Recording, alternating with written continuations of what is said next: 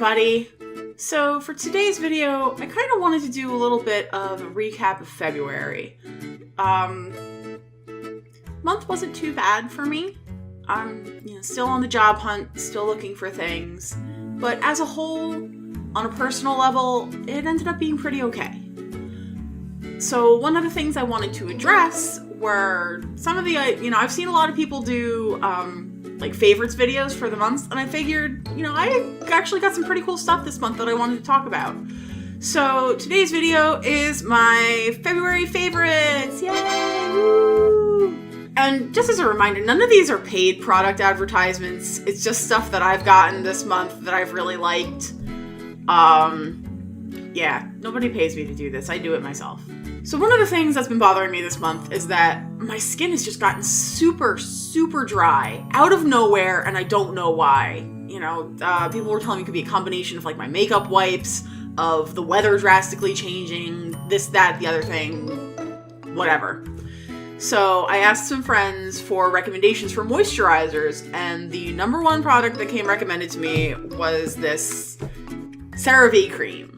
I got it for about like $12 at Harmon's. You can pick it up probably at most drugstores. And this is the most moisturizing thing I have ever used in my entire life. And okay, I picked it up halfway through the month, and you guys can see I have barely made a dent in it. Like, it started out at that level. There's a ton of product. It's gonna last me forever, and it's just, my skin, it just feels super supple after using it. I love it. I use it after the shower, slap it on your face, you're good to go. Like I said, $12. CeraVe. So anyway, the next thing that I loved is actually a book. Some of you guys may remember that back in October, I went to Disney World with my family. And though I'm not a huge Disney animation fan, I can't stop thinking about the parks. I can't stop thinking about the rides we went on, things that we missed, things that I want to do the next time we go back. Karen and I have been planning a trip for 2018 since we got back practically. And one of the things that I love is Epcot, just as a general statement. I didn't show you guys, I completely forgot it in my haul video, but I actually got a shirt with the vintage Epcot logo on it while we were there. It was in the wash, that's why I forgot about it. But what came up in one of my recommended Amazon searches was actually a book, and it's called The Thinking Fan's Guide to Epcot by Aaron Wallace. And I'm savoring this book. It's so good. He writes it with a lot of history. So in case you're not super familiar with Epcot over the past, it was 1982 it was introduced. But it's undergone a couple changes since then. And this talks about the history of the park, history of the rides themselves, things that have changed over the years. One of the things that Karen and I like to do is talk about improvements we would make, if I were in charge of the park, which is stupid because that's obviously never going to happen, but just little things like that. And I feel like this book really captures the spirit of loving it, but also knowing that it deserves better. So, highly recommended. Same author also has a book about the Magic Kingdom that's sitting on my bed over there. I haven't started it yet. As you can see, I'm still trying to get through this one. But okay, the coolest part is that all this, this is all footnotes. He talks about he references things, he cross-references stuff. I really like the amount of research put into this. A+, good book. On the subject of media, another piece of it that I really super consumed this month was a little video game called Valhalla Cyberpunk Bartender Action. I actually streamed it on my Twitch.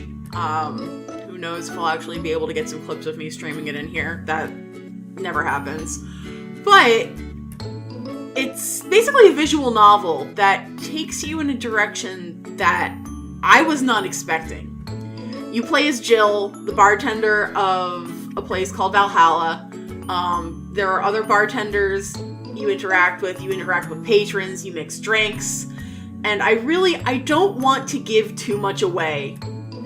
I actually picked up the game as a recommendation from Scarfulu, who put it in his top 6 list, and one of the things he said was, just go into it, don't do any research into it, just go in blind, you'll love it. And he was right. He was absolutely right. Hopefully coming up in the next couple of weeks, I actually plan on having a video where I try to recreate some of the drinks. Non-alcoholic versions, of course, but it struck some really fantastic chords, and I really loved it, and I hope that you guys too. I'll put a link to the, I guess it's a Steam page in the description, but, play Valhalla and fall in love with Kira Mickey like I did. She's wonderful. I love her. The fourth thing I wanted to talk about was, you guys might have noticed that I talked about my lipstick a lot this past month. And it's because I actually tried out a new product. This is the Midnight Truffle Lip Whip from a company called Beauty Bakery. And I got a couple recommendations from friends who said that this was the most durable lipstick that they have ever used. And I gotta admit, it's fantastic. I picked up 2 colors, but the Midnight Truffle, and I'm wearing it right now, it just takes the cake. I love it.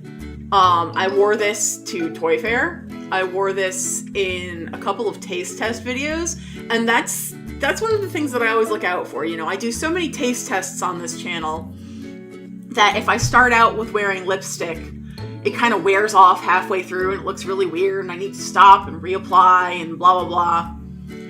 Not with this. This retails for about $20.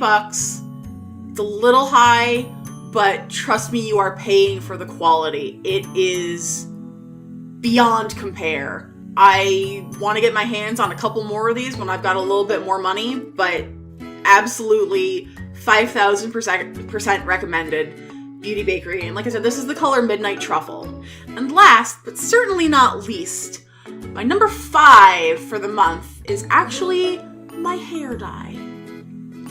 I get a lot of comments from friends, from random people on the street, from, people just anywhere.